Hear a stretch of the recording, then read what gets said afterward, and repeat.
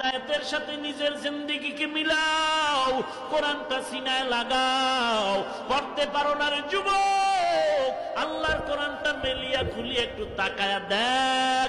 হাযা কালামু রাব্বি, এটাই তো আমার রবের কালাম।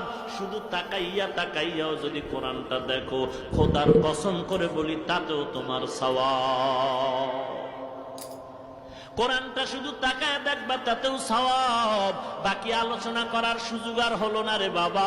কোরআনের 4টা অর্থ দিয়া ইতি টানলাম। আল্লাহর কাছে তওবা করো, আল্লাহ তুমি কোরআনটা আমার জিন্দেগির সাথে মিলায়া দাও। কোরআনের মতে আমি চলবো, আমার মতে কোরআন না, কোরআনের মতে আমি।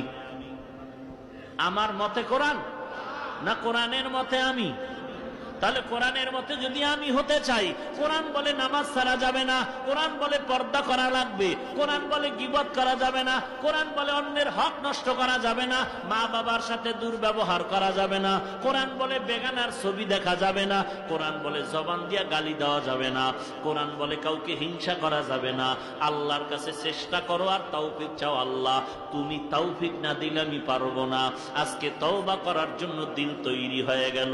গলায় ছুরি আসবে, মরে যাব, আর নামাজ ছাড়বো না, বেপরদায় চলবো না, কোরআন পড়া ভুলবো না।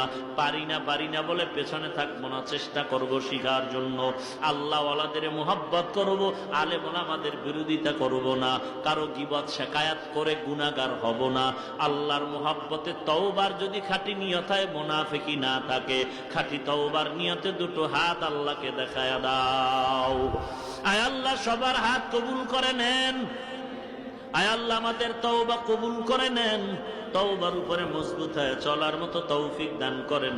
আমিন। আলহামদুলিল্লাহি রাব্বিল আলামিন।